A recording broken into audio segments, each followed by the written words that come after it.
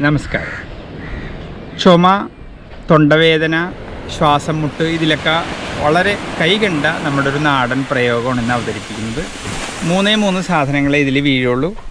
ഇഞ്ചി, വെറ്റിലനീര്, തേൻ. 10 ml ഇഞ്ചിയുടെ നീര്, 10 ml വെറ്റിലനീര്, 10 ml തേൻ.